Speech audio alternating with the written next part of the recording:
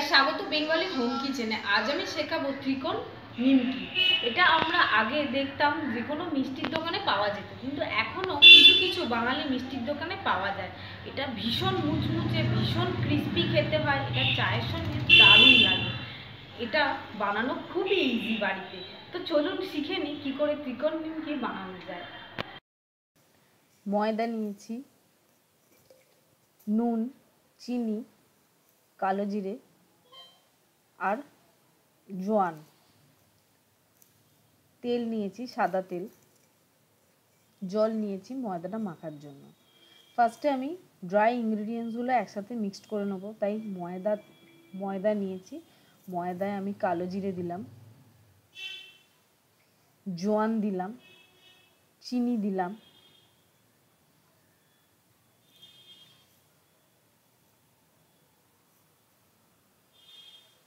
নুন দিলাম স্বাদ মতো।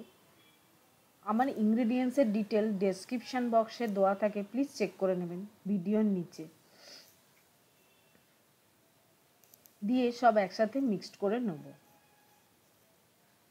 চিনি দিই কেননা একটু মুচমুচে হওয়ার জন্য চিনি দিলে ভালো হয়।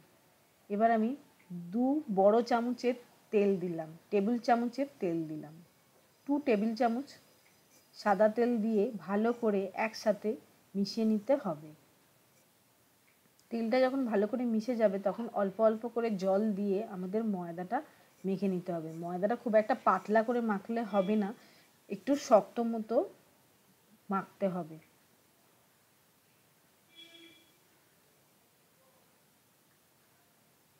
জোয়ান ব্যবহার করেছি কারণ হচ্ছে একটু ঝাল ঝাল মতো লাগবে খেতে।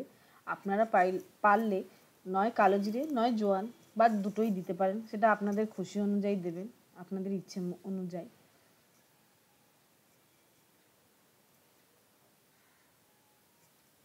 দেখুন আমাদের ডোটা মাখা হয়ে গেছে, মানে ময়দাটা মাখা হয়ে গেছে। এবার আমি এটাকে একটু তেল মাখিয়ে রেখে দেবো 15 মিনিটের জন্য।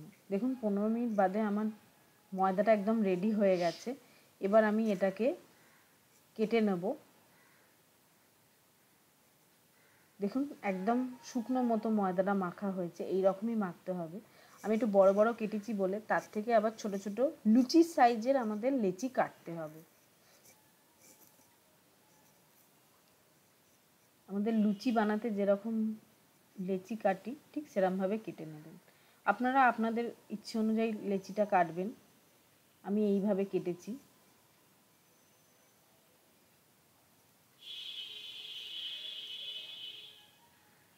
ময়দাটা কিন্তু পাতলা করে মাখলে হবে না।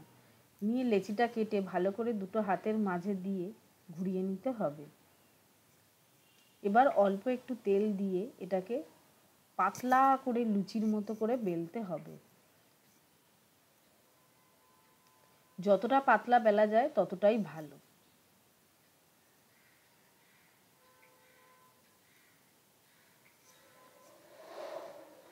এই সাইজের লেচি করলে কত বড় নিমকি হয় সেটা আপনারা দেখে নিন।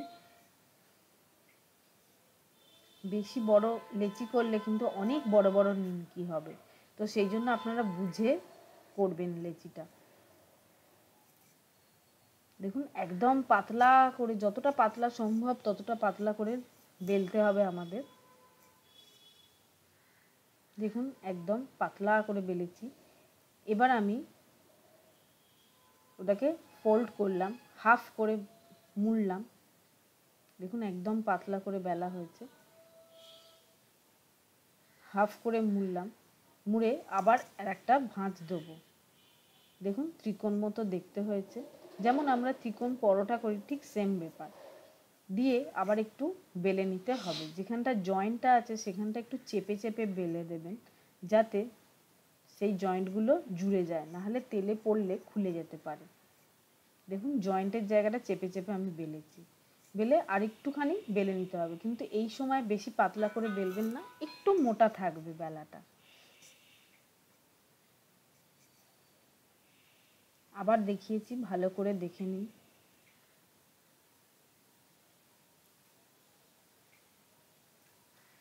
এটা বানিয়ে আপনি রেখেও দিতে পারেন, অনেক দিন পর্যন্ত ভালো থাকে। একটা এয়ারটাইট জারে রেখে দেবেন, ভেজে ঠান্ডা করে তারপর এয়ারটাইট জারে রাখবেন। এটা অনেক দিন পর্যন্ত থাকে, মানে 3-4 দিন তো থাকেই। চায়ের সঙ্গে দারুণ লাগে। দেখুন আমার সবগুলো রেডি হয়ে গেছে। দেখুন 4 ভাঁজ করার পর একটু মোটা মোটা রয়েছে, এরম সাইজেরই হবে, দোকানে আমরা দেখেছি। এবার মিডিয়াম আঁচে ভাজবেন। তেল বাড়িয়ে কিন্তু হাই ফ্লেমে ভাজলে কিন্তু উপরটা কালো হয়ে যাবে, ভেতরটা কাঁচা থেকে যাবে এবং মুচমুচেও হবে না।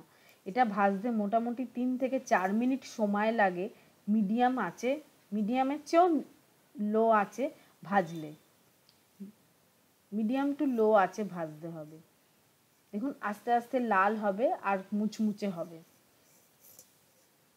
কেননা এটা আমাদের 4 ফোল্ড করা আছে, তাই ভেতর অবধি যাতে ভাজাটা ভালো হয় বা ভেতর অবধি যাতে মুচমুচে হয়, তাই জন্য লোয়ের একটু আঁচটা বাড়িয়ে আমাকে ভাজতে হবে। দেখুন আস্তে আস্তে এরকম লাল হয়ে যাবে ভাজতে ভাজতে।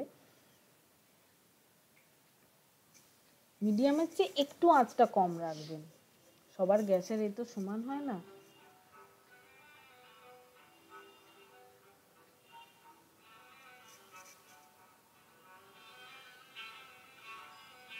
দেখবেন আস্তে আস্তে এরকম লাল হয়ে গেছে আর মুচমুচেও হয়ে যাবে।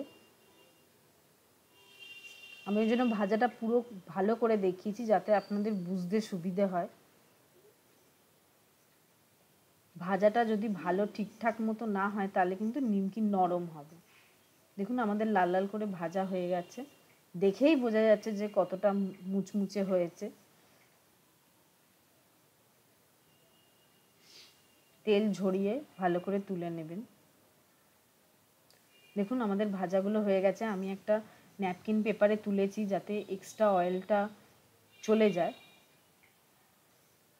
দেখুন আমার ভাজাগুলো একদম লাল লাল করে কি সুন্দর মচমচে ভাজাটা হয়েছে। এবার দেখুন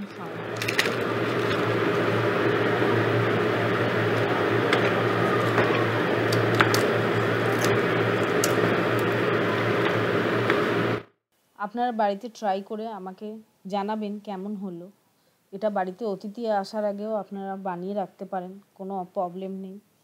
আর আমার ভিডিও যদি ভালো লেগে থাকে তাহলে লাইক করুন, সাবস্ক্রাইব করুন, শেয়ার করুন আমার ভিডিও। টাটা বন্ধুরা।